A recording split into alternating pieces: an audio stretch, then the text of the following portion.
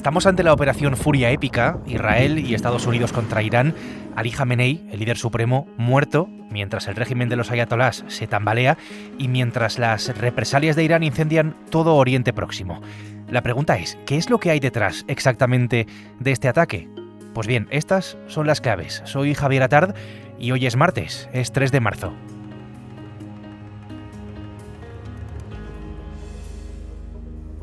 El Mundo al Día, un podcast del Mundo.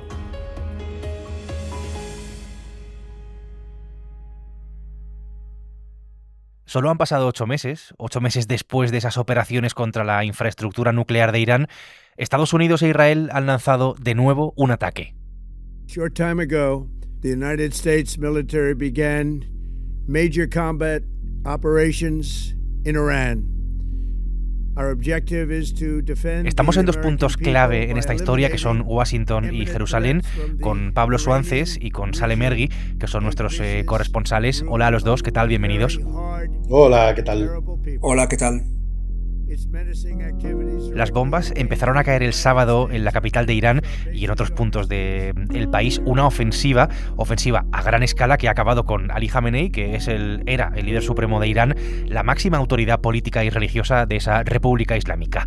La CIA, que en fin es el servicio de inteligencia exterior de Estados Unidos, lo encontró a Jamenei y a la plana mayor del régimen, e Israel lo que hizo es matar a Jamenei y a toda la plana mayor, insisto, de los líderes iraníes.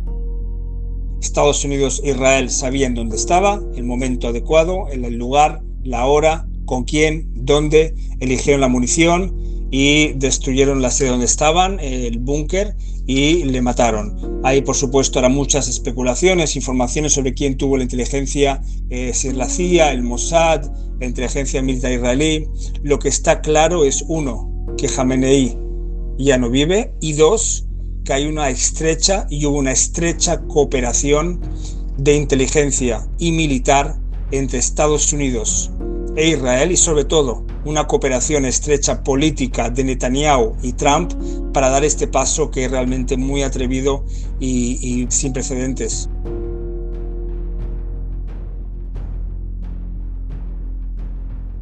Podemos decir que lograron rastrear sus movimientos, los movimientos de Jamenei, pese a que los había reducido al mínimo y pese a que se protegía en refugios blindados.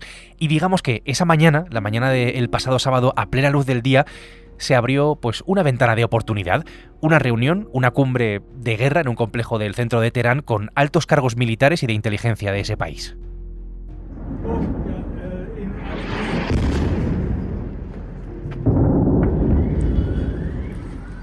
Lo que vino a partir de ese momento son 3 oleadas coordinadas con ataques directos contra Jamenei y su círculo más cercano. La plana mayor, insisto en esto, ha caído, incluidos el jefe de los guardianes de la Revolución Islámica, el ministro de Defensa, el jefe del Consejo de Defensa Nacional, el jefe del Estado Mayor, así hasta casi 50 altos cargos de Irán, con ataques a instalaciones militares que destruyeron gran parte de la capacidad defensiva aérea de Irán, contra su flota, contra sus barcos nucleares, contra sus cuarteles de inteligencia. Una operación que fue bautizada como Furia Épica, una operación exitosa, entre otras cosas, gracias al factor sorpresa, que ha dejado al régimen iraní sin sus principales liderazgos. Me interesa de todo esto, ¿qué es lo que hay detrás exactamente? Irán. Recordemos que Irán está por la destrucción del Estado de Israel. Son enemigos íntimos, Irán e Israel. Netanyahu, que es el primer ministro de Israel, decía precisamente al lanzar esta operación que era básicamente para asegurar su existencia y su futuro, la existencia y el futuro de Israel, que un régimen terrorista, como él llama a Irán, no puede tener armas nucleares, pero es cierto también que ya habían actuado contra eso en junio. Incluso Irán y Estados Unidos estaban en negociaciones diplomáticas sobre el famoso programa nuclear iraní hasta hace unos pocos días. Entonces, Sal, para el gobierno de Israel, bajo el prisma de Israel, ¿por qué se ha dado este paso? Tras apenas 8 meses, y cuando habían dicho tanto Trump como Netanyahu que habían logrado de forma clara eliminar o al menos reducir la amenaza, desde el punto de vista israelí, en Israel afirman que Irán se estaba recuperando y se ha recuperado de su diezmado arsenal balístico. Y evidentemente también Israel exigía en la negociación de Trump que Irán renunciara de forma completa al plan nuclear que ve como fines militares. Irán dice que no son fines militares y sobre todo el destino de los 450 kilogramos de uranio enriquecido al 60%. Hay que saber que del 60% al 90% es un margen muy rápido que se puede llegar e Israel pretendía no congelar el proyecto, sino simplemente desmantelarlo del todo. El tercer objetivo que está en esta operación de forma ya clara y rotunda y que no estaba en junio es el cambio de régimen, es decir, hacer todo lo posible para apoyar a todos los opositores, a toda la gente que salió a las calles, que fue brutalmente reprimida, pues ayudarles para derrocar el régimen de República Islámica. Es realmente un objetivo claro, pero por supuesto que es un objetivo que no es fácil de conseguir porque conseguir un cambio de régimen a nivel de bombas y de intervención militar es bastante complicado, sobre todo en un país como Irán, que tiene un sistema bastante consolidado, los bachís, la Guardia Revolucionaria, etcétera, etcétera.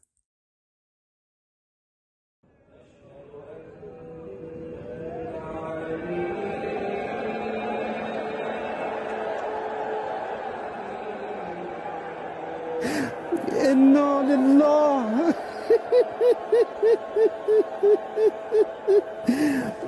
إنا لله وإنا إليه راجعون. Esto es Irán. Así es como se anunciaba en la televisión pública iraní la muerte de Jamenei, del ayatolá, en un ataque que se cuestiona, entre otras cosas, los que lo cuestionan, porque no ha respetado la legalidad internacional, han fulminado a un jefe de Estado en ejercicio, pero ojo, yo no quiero olvidarme de lo que es Irán. Creo que no podemos olvidar lo que es Irán, que viene de matar por miles a sus propios ciudadanos, las protestas de los últimos meses, un régimen opresor, una dictadura islámica que no respeta los derechos humanos, con detenciones arbitrarias, tortura, pena de muerte, que discrimina, sin ir más lejos, a las mujeres y a las minorías de todo tipo, religiosas o no, un Estado, para buena parte de Occidente, patrocinador del terrorismo.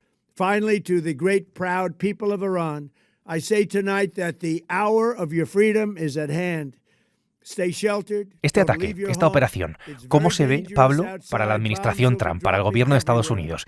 Entre sus objetivos, ¿cuánto hay de impedir que Irán tenga armas nucleares, como estábamos diciendo?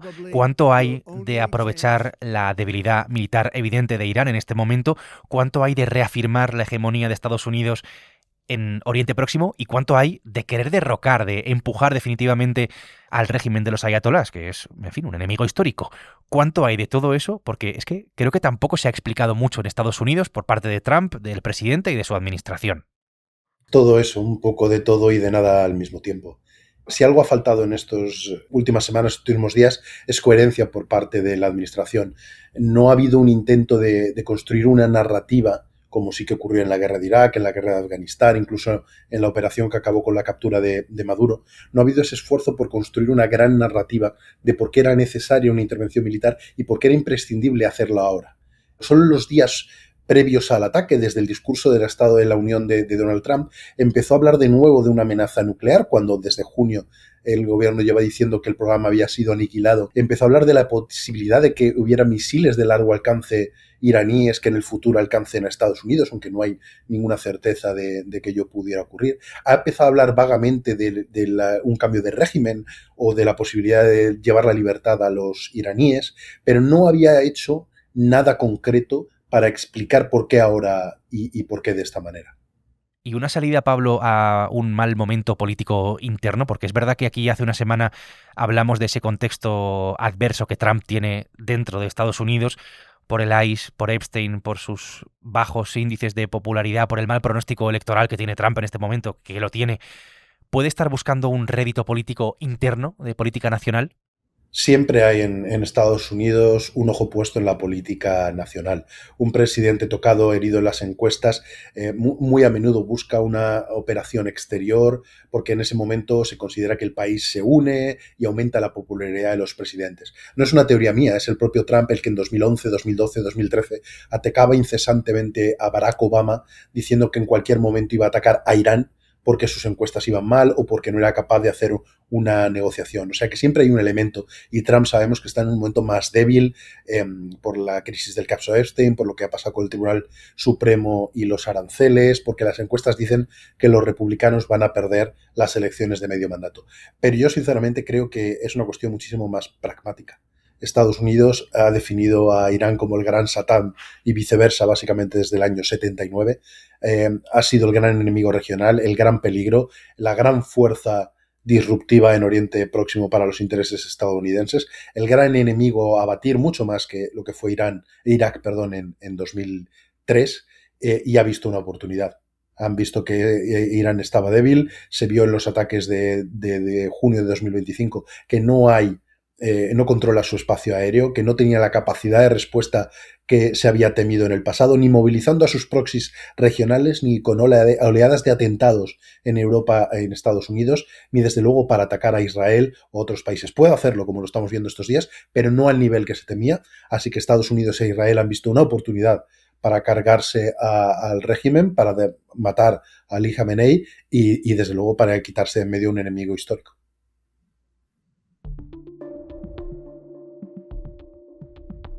Aquí hay una derivada que creo que no podemos olvidar, que tiene que ver con el coste que tiene para Trump, pues directamente con los suyos, con sus seguidores, con todo ese universo MAGA, ¿no? Make America Great Again, hacer América grande de nuevo.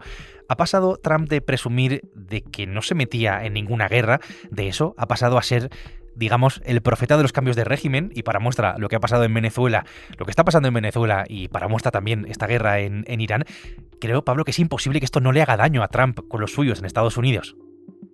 Le tiene que hacer daño interno, ya le estaba haciendo en el pasado, y los ataques de estos últimos 48 horas, 72 horas han sido brutales, de las grandes figuras, de los grandes gurús mediáticos del universo MAGA, de Steve Bannon, de Tucker Carlson, de los conspiradores como Alex Jones.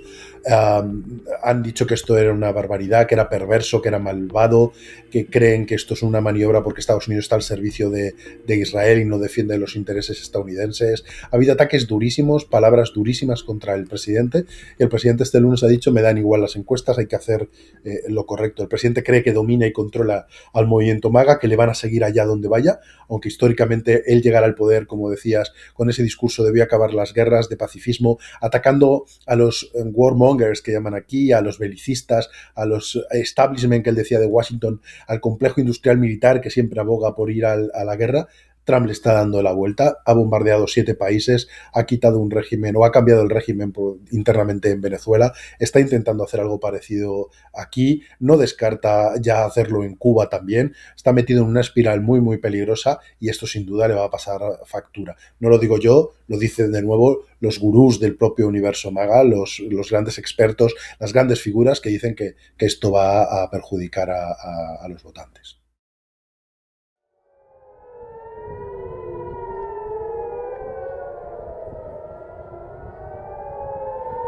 En medio de todo esto hay algo que no ha parado, que son los bombardeos que han dejado centenares de muertos en Irán, civiles también, y están dejando a Oriente Próximo directamente ardiendo, con los países del Golfo siendo atacados por Irán en represalia, la mayoría con bases norteamericanas, Emiratos Árabes, Arabia Saudí, Kuwait, Qatar.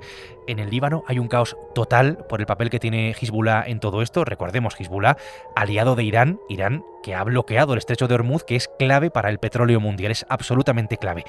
Y por supuesto Israel, Sal, donde también ha habido muertos con los ataques que ha recibido Israel de Irán. Allí estos días no dejan de sonar estas sirenas y no deja de trabajar la cúpula de hierro, la defensa de Israel. Bueno, ahora vengo de Bet Shemesh, donde hubo el ataque más letal hasta el momento de Irán en su represalia, respuesta a la actuación israelo-estadounidense, con la muerte de al menos 9 personas, entre ellos 4 niños, con un misil balístico muy potente que sorteó la batería defensiva. Hay que tener en cuenta que el escudo defensivo israelí, del que hemos hablado mucho, no es hermético, es sofisticado, seguramente que tiene más experiencia y más sofisticado del mundo, pero por supuesto no es perfecto, no es 100% efectividad. La gente vive realmente un estado de emergencia nacional.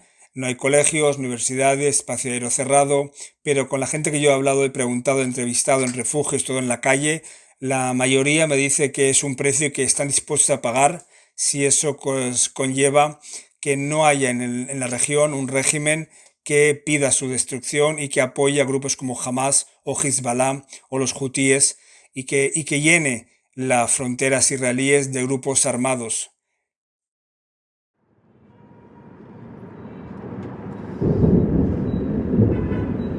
Insisto en esto, mientras tanto la guerra sigue. Siguen los bombardeos sobre Teherán y siguen las represalias.